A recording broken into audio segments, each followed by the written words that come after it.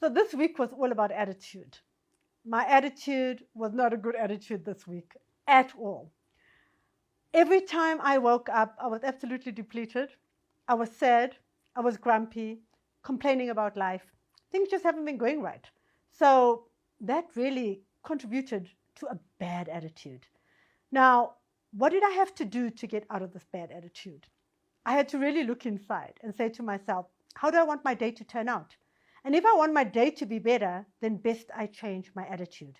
Because when we look at our attitude, the attitude that we put out is exactly what we're going to attract. So for me, I had to look inside and say, right, I'm tired of being grumpy. I'm tired of attracting negative things. So I have to change my attitude. And I woke up every morning purposefully with an intention saying, I am going to do good because I want to get good. So I put a smile on my face. I started doing things that really made me happy. What makes me happy? Exercise in the morning, because that got my adrenaline going. So that in itself changed my attitude. My planning, I planned for the day prior to make sure that there was no time for a bad attitude. And I ensured that in that planning, I added things that I love to do. So what do I love to do? I love to connect with my Creator, and that's what I do. What else do I love to do? I love to eat and prepare a good breakfast. But instead of just eating anything that would add to my grumpiness, I tried to look at stuff that was more nutritious so that it could add value to me rather than make me feel bad. So attitude is important. Have you got things that help you create a better attitude? What are the things you love to do? How can you wake up intentionally, writing down, planning? What are the things that you can do so that your attitude can be better?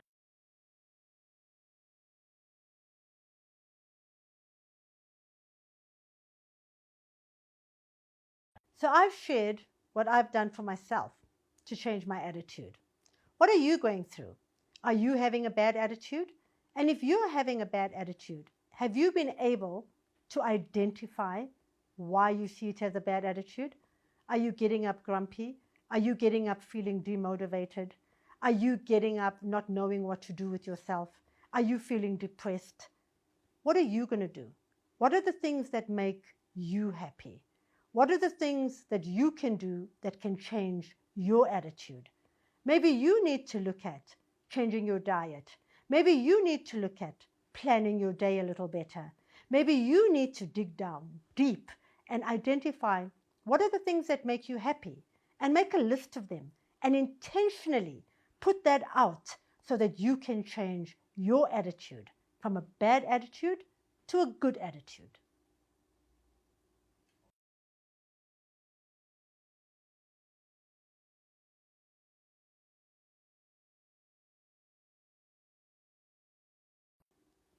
So quick ways to get me going and to get me motivated is music. If I listen to good music, something with a beat, it just raises my energy levels.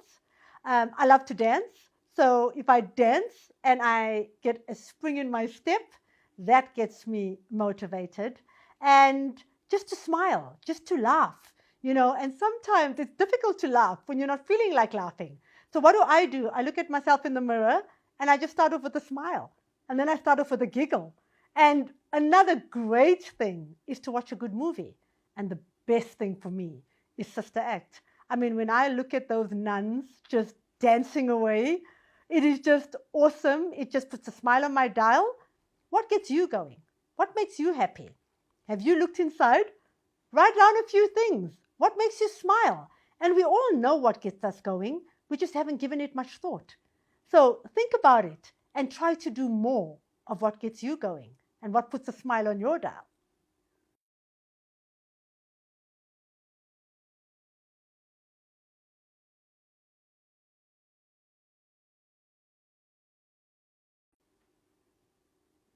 So what makes a good leader? A good leader leads by example. And a good leader actually wants to lead in a way that you don't leave your followers far behind. A good leader will always consider that the people following or the people that you're leading, you really want them to be better than you. Because if you don't want them to be better than you, then you can't really have good intentions. So when you lead by example, you actually slow down your pace because it's something that you could do within seconds, within days, within weeks. But you actually have to endure patience. You give a lot of patience, you give a lot of time, you give a lot you give a lot of nurturing, and you ensure that the ones following or that you are leading ultimately absorb enough to be better leaders than how you've led.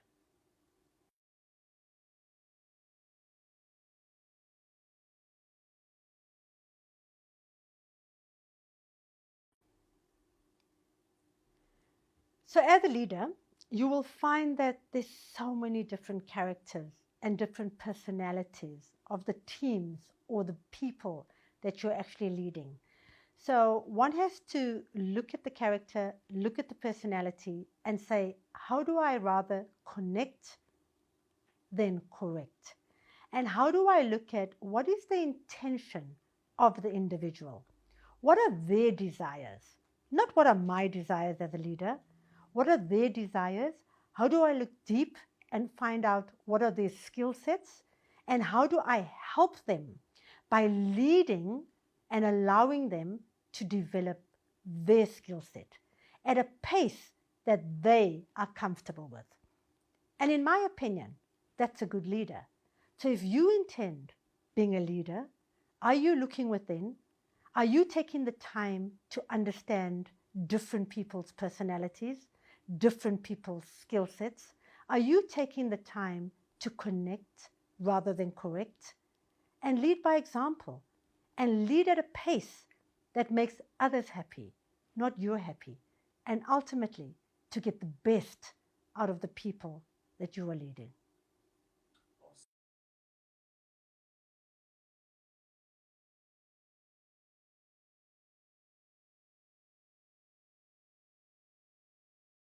That's curveballs, eh? Life throws us real curveballs that sometimes you are ready for them and sometimes you're not. And when you're not ready for a curveball, you really have to look at where does the stamina come from? Because you really need stamina to get through things that you didn't expect to come your way. And if I look at planning, sometimes you can plan and you believe that you're ready. You know, you've put everything in place for what's to come. But when you actually have to action it, it's not always as easy. And then you have to dig even deeper to say, how do I have those courageous conversations with myself to say that I have the tenacity, I can do this, and how do I urge myself to keep pushing forward? Because we don't always have a go-to. We don't always have somebody that can hold our hands and help walk us across the bridge. So how do I look inside? How do I look inside of me and decide that you can do this? How do I self-talk? How do I actually encourage me? And that's not easy. That's absolutely not easy. But you know what you need to do? You need to have compassion.